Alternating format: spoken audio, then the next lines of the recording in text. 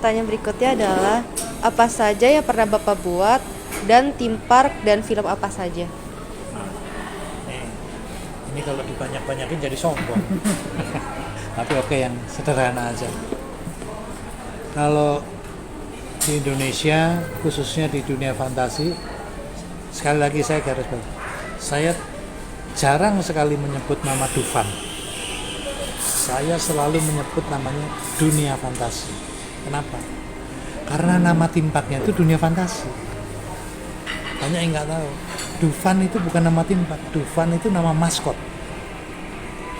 Maskotnya yang Bekantan tuh saya yang memberi nama. Itu namanya Dufan, singkatan dari dunia fantasi.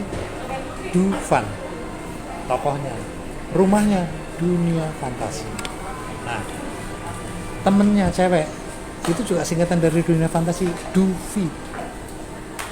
Jadi Dufan dan Duvi rumahnya di dunia fantasi. Jadi saya garis bawahi itu karena supaya sekaligus memberikan edukasi bahwa Dufan is bukan tempat rekreasi. Dufan itu objek manusianya, apa kok manusia?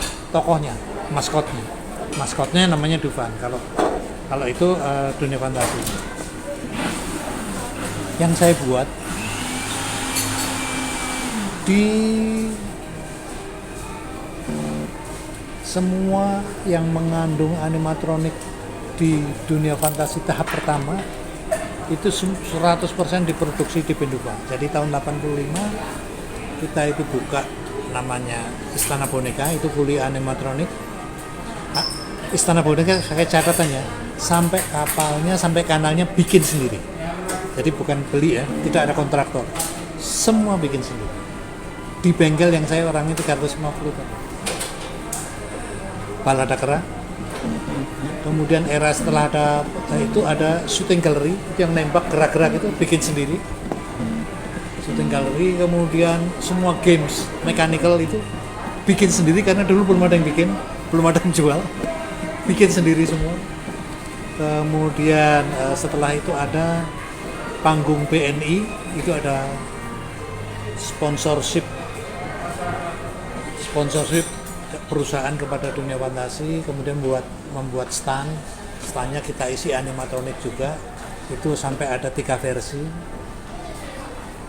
Kemudian ada teater Sang Pelopor, kita pernah sekali beli Beruang Madu tapi ternyata gagal, jadi tidak diulang lagi. Kemudian kita membuat sebuah pertunjukan yang sangat Jakarta sekali, namanya Panggung Jakarta. Ceritanya tentang Abang Jampang. Itu terdiri dari 3 stage. Penontonnya scene 1 nonton selesai, pindah ke kedua, ini penonton baru masuk gitu. Itu setelah era itu kita bikin Puri Misteri, sebuah dark ride yang lebih besar dari Istana Boneka dengan teknologi yang sudah lebih advance lagi. Teknologinya bukan seperti Istana Boneka Balada Kera. Dan sekali lagi Puri Misteri itu sampai ride-nya bikin sendiri. Bukan beli ride dikasih, enggak, ride-nya pun bikin sendiri.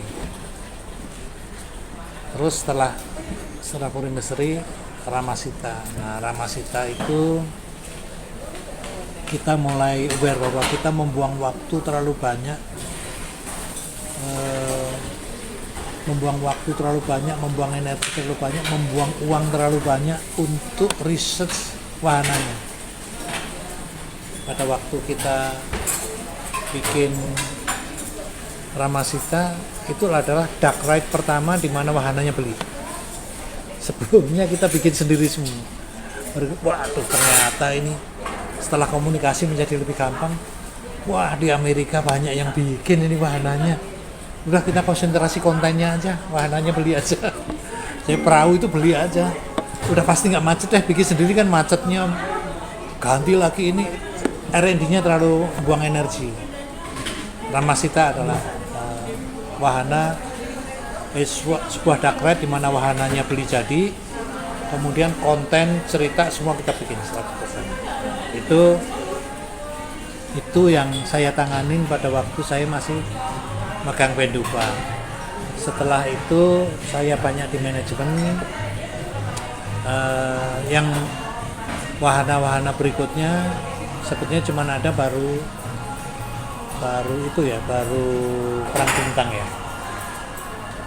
Perang Bintang saya cuman membuat konsepnya saya yang buat, tetapi kemudian dilaksanakan oleh tim yang lebih muda, karena saya lebih banyak di manajemen waktu itu yang di Indonesia. Tetapi kalau yang pertama kali saya buat sebetulnya di Amerika itu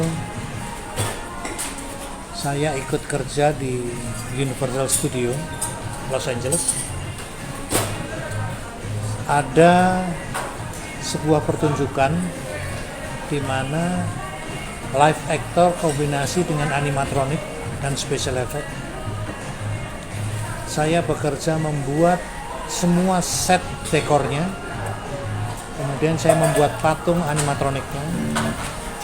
Animatornya adalah dari Amerika karena ya memang mereka udah kelas dunia. Saya membuat patungnya, mereka yang membuat mechanical gerakannya.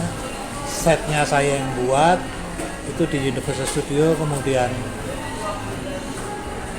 ikut kesempatan membuat Jaws, ikan yang terbang gigit itu, tapi itu bukan yang di film. Kalau itu yang dipakai di tour.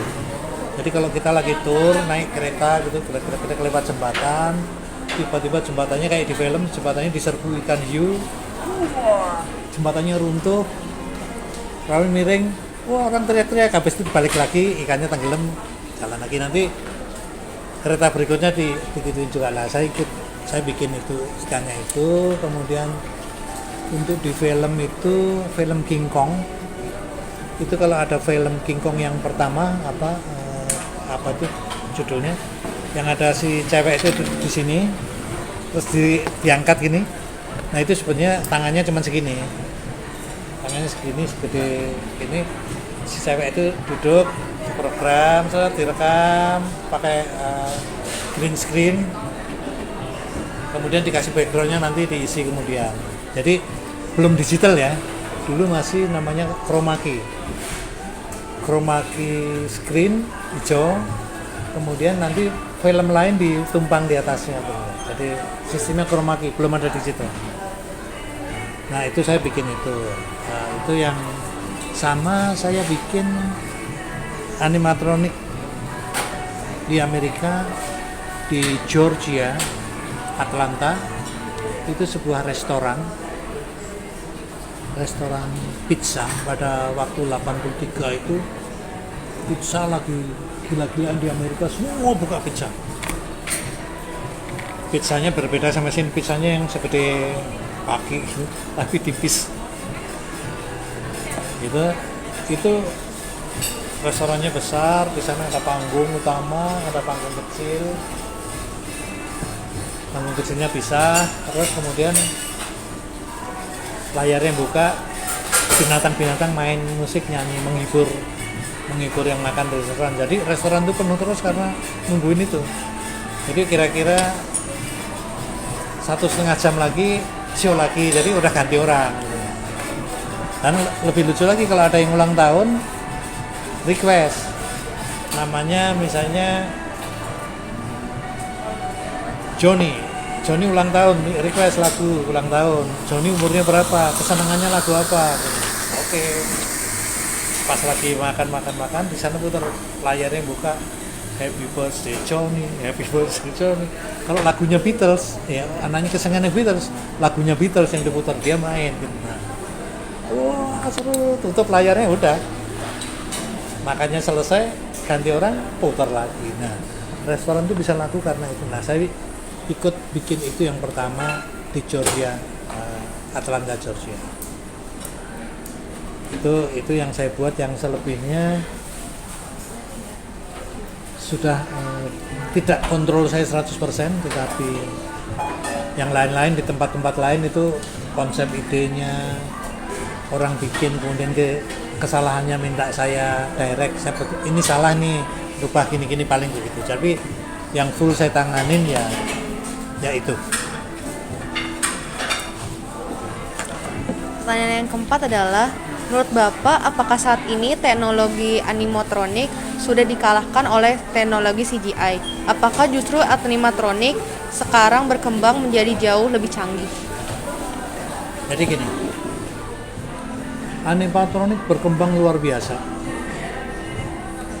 CGI yang tadinya gambar 2 dimensi, kemudian animasi 2 dimensi, kemudian menjadi computer graphic animation, kemudian menjadi hologram, menjadi mapping dan macam-macam, itu juga berkembang besar.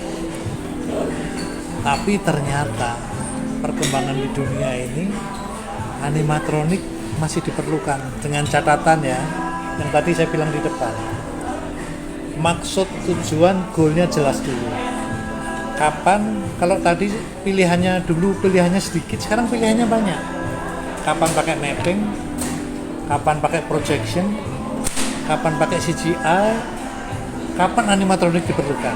Nah, jadi harus lebih kreatif pembuat storyline-nya untuk menghibur, dan harus lebih tahu tujuannya.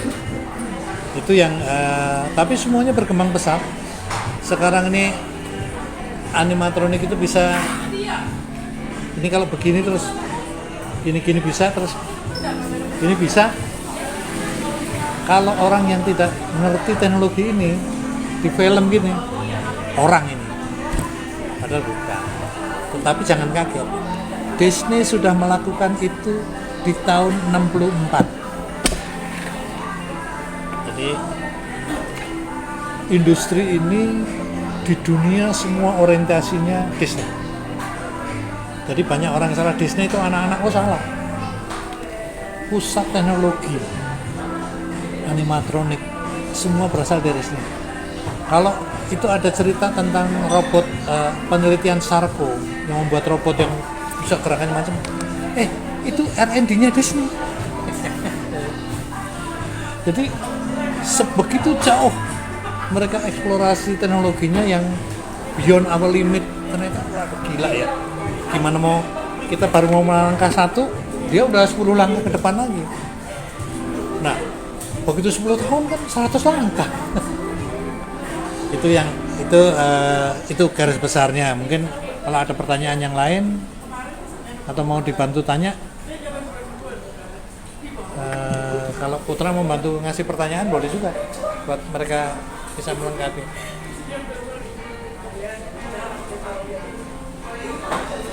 Jadi sekali lagi ya, teknologi is teknologi. Saya kasih contoh gini. Contoh sederhana. Ada wayang kulit atau wayang golek. Semua gerakannya ada. Goyangin gini bisa, gini bisa. Oke. Kalau kamu yang gerakin, ada yang nonton nggak?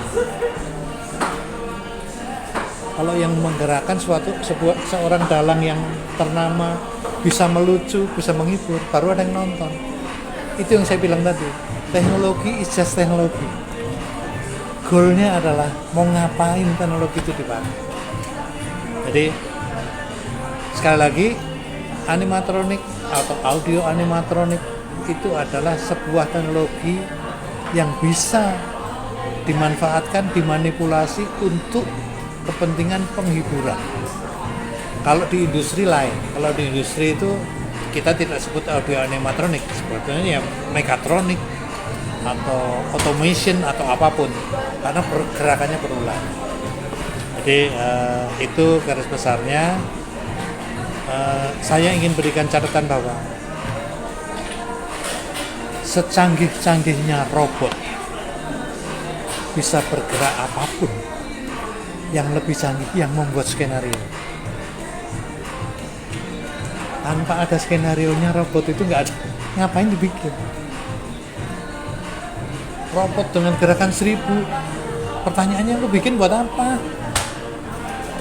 Oh ini bisa apa aja, lu bisa apa aja, itu justru nggak laku. Orang yang dengan kemampuan A sampai Z itu malah nggak laku, orang yang spesialis baru laku. Nah, jadi kembali, robot canggih yang lebih canggih adalah yang merancang. Karena bisa outputnya canggih itu karena yang merancang lebih canggih lagi. Mungkin gitu. Oke, apalagi? Sudah, mungkin itu Cukup. sekian Pak. Terima Oke. kasih atas ilmunya Pak. Sudah bisa juga untuk diwawancarai. Sekian dan terima kasih.